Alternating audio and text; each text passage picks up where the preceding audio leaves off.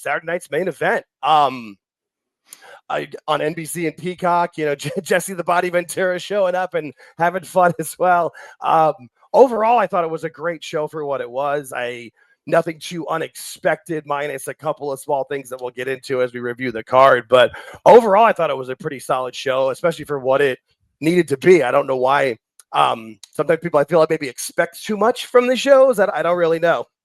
Yeah, I've mentioned this a couple times now. You have to realize Saturday night's main events were meant to be and seem to be always to be a glorified house show. Right. The house show with just a little bit extra kicked in at the end, like we saw, and just matches that keep the stories going and everyone's happy. Yeah, I think what always what happened. Yeah, and I feel like what the problem is, kind of like you said it before, where people look at it like it's going to be a pay-per-view PLE type event, and it really isn't. And for the people that don't know the history, initially it was Saturday Night Live would run on Saturdays, obviously, and when they weren't on, there was reruns of Johnny Carson on at those times.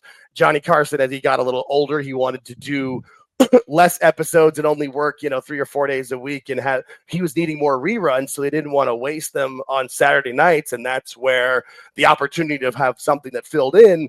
But that was late night. Saturday Night Live runs on at 11:30 to 1 a.m., and that's where the initial episodes of Saturday Night's Main Event ran. And that's why if you rewatch a replay on Peacock or whatever, there's usually an opening match or something to kind of get the crowd going or whet the appetite a bit. But then the main event is usually that between 11:45 and midnight time. So it's early on in the show, and I feel like people don't. And I don't really remember exactly how the revival worked in 2005 or 6 or whenever they did it, but I always knew it as this way, where it was just more of a glorified big show. It's more, I feel like, for casual fans to try to entice them to get into this stuff. That's why it's usually there's a lot of video packages, a lot of commercials, a lot of hype around it to bring people in, and that's why it's on network television. I don't know. I feel that's how it started that way,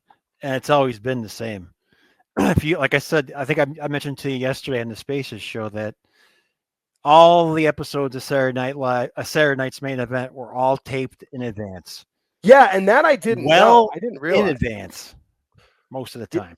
I did not realize that. I didn't know they were. I knew they sometimes had done a couple in advance, obviously, but I didn't, or a couple of days in advance. I didn't realize it was even sometimes weeks in advance. But that's that's the world where not everybody had.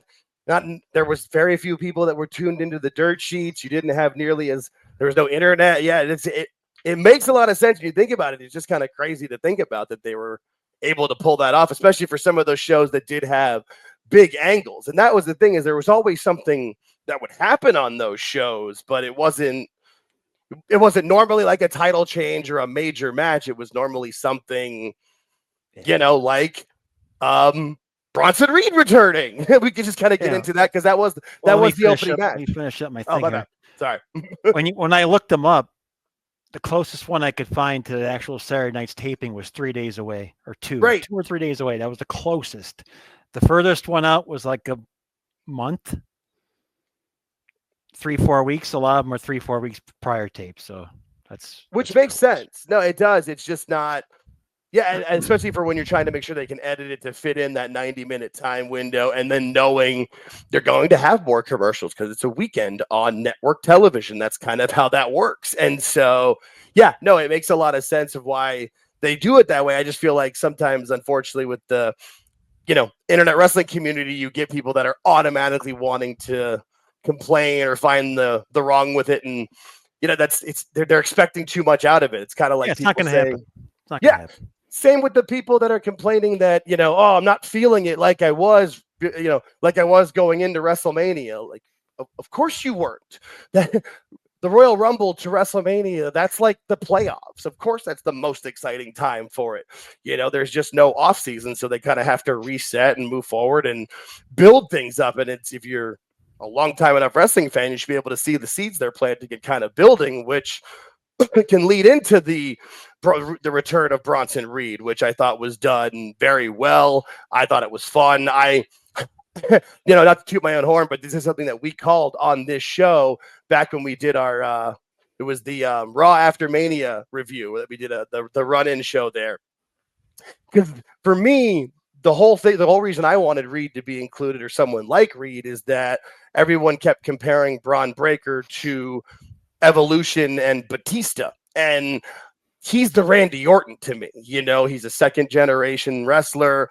He's the total package. Yes, he's big, he's muscular, he's a beast, but he's not just the muscle. He's not muscle for hire, which is what Bronson can be. So I'm really excited to see what this happens and how this leads to Breaker eventually breaking out of the group when, hopefully not to at least another, 6 months to a year from now, if not longer. But this is all for him. They're putting the spotlight on Seth, but let's be real. Braun being able to travel with Seth and hang out with Paul Heyman and pick his brain as often as he wants to is pretty much the greatest thing that could happen to his career, in my opinion.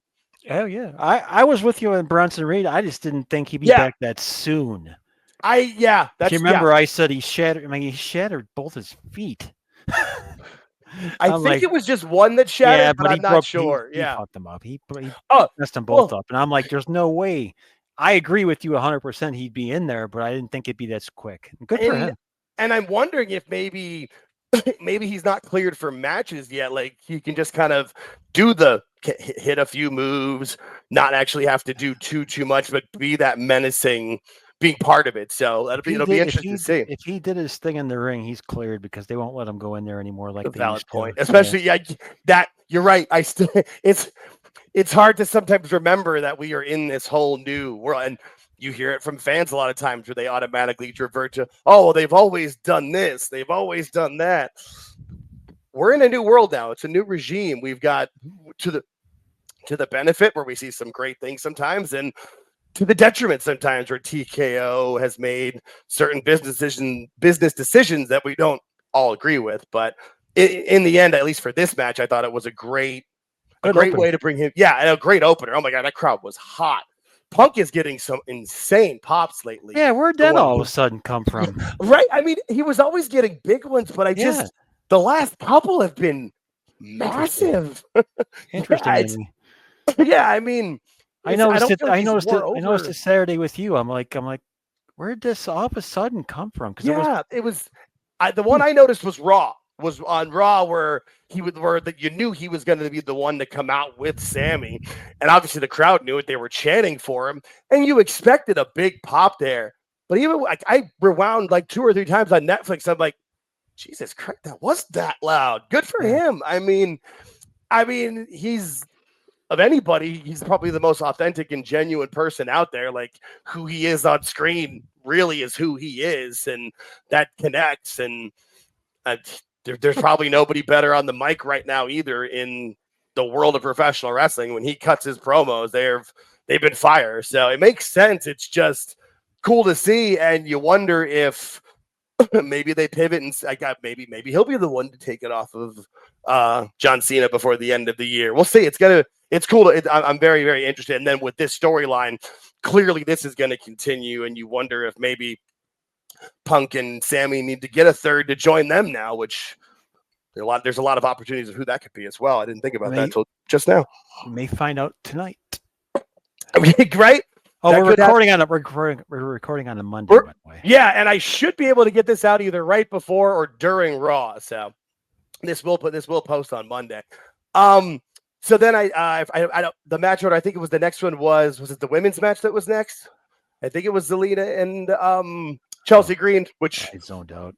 Yeah, I mean, that one was what it was going to be, and that match was kind of put in that spot. No matter who was going to follow, not only just the excitement of Sammy, Punk, Rollins, and Breaker, but you knew it was going to be a great match. And then you had the big moment for the return of Bronson Reed. It was going to be a tough spot to fill, and it was kind of what I expected that Zelina was going to retain. You know, I don't understand why she has the title. I'll be honest with you. So why they took it off of Chelsea to begin with, I have no idea. So, and I'm not sure if I said it on this show or maybe with Phil or maybe in a Spaces, I forget.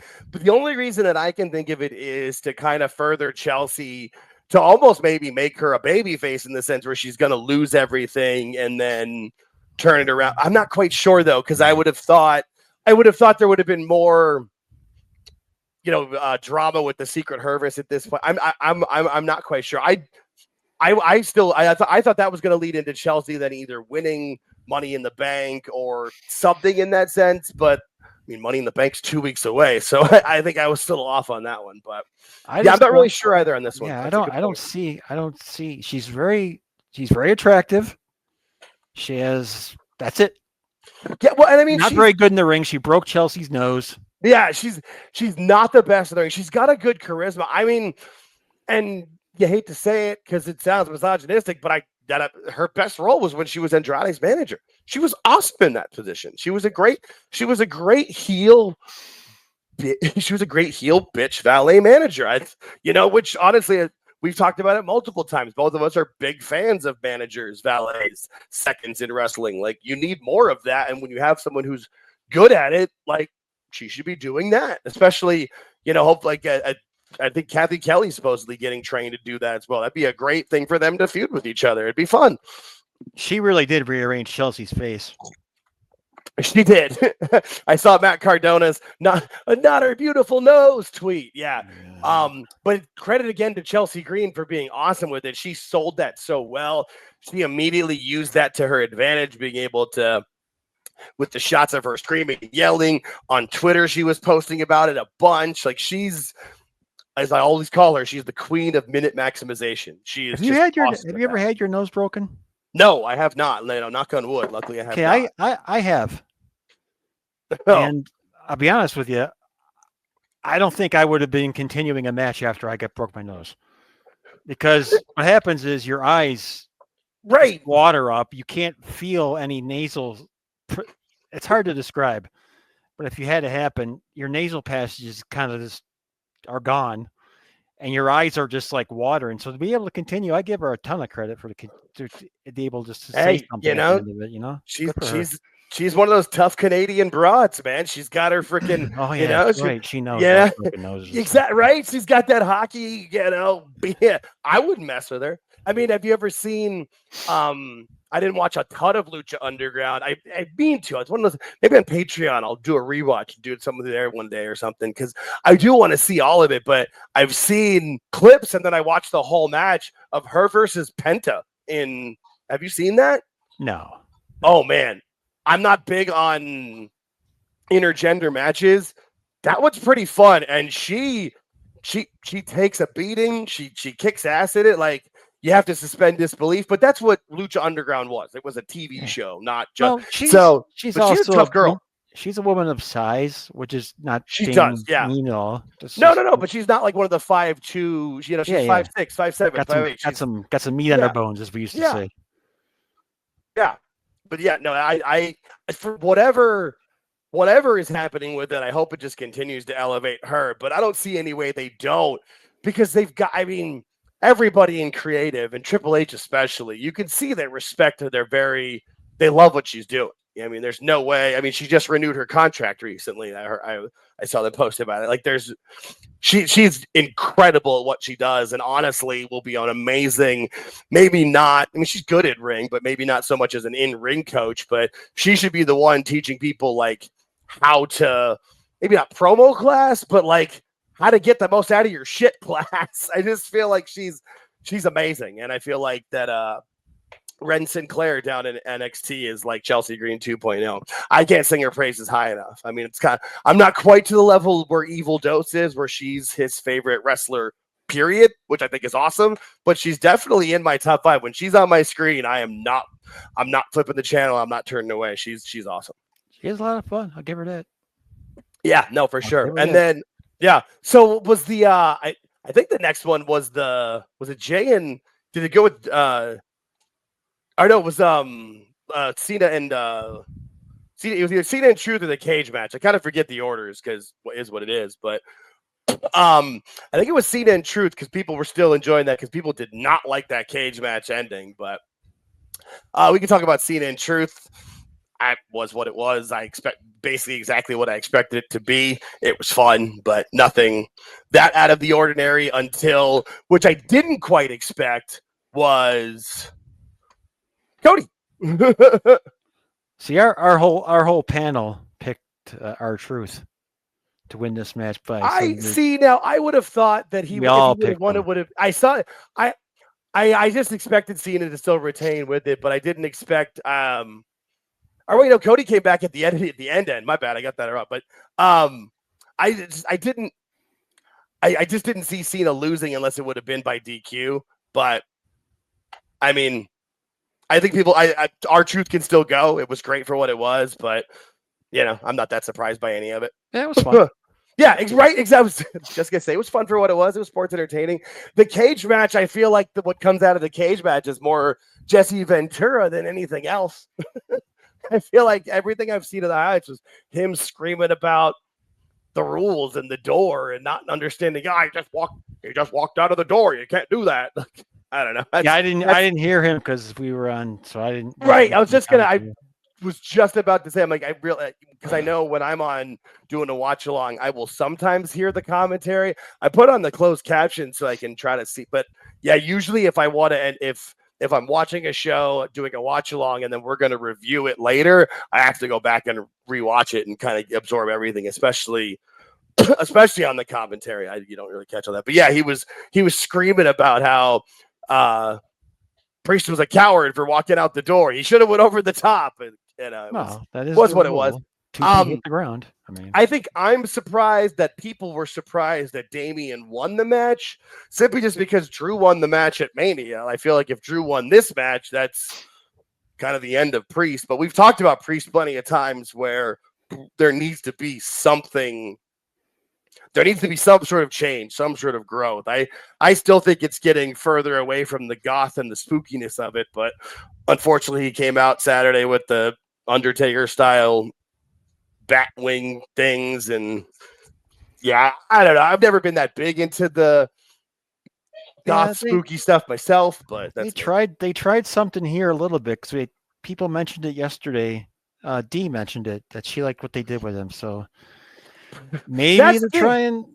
Like I said, one of my best friends in the world lives in London, and literally Priest is his favorite guy, and he talks about him all the time. And so there is a connection there. He's got a good charisma. I just think it needs to be presented just a little differently, not even completely differently, but just that's what I was thinking. Maybe kind of go to more of a biker badass type character or something in that, and just less leather, less guy liner and less of the spooky stuff. I think would help, but.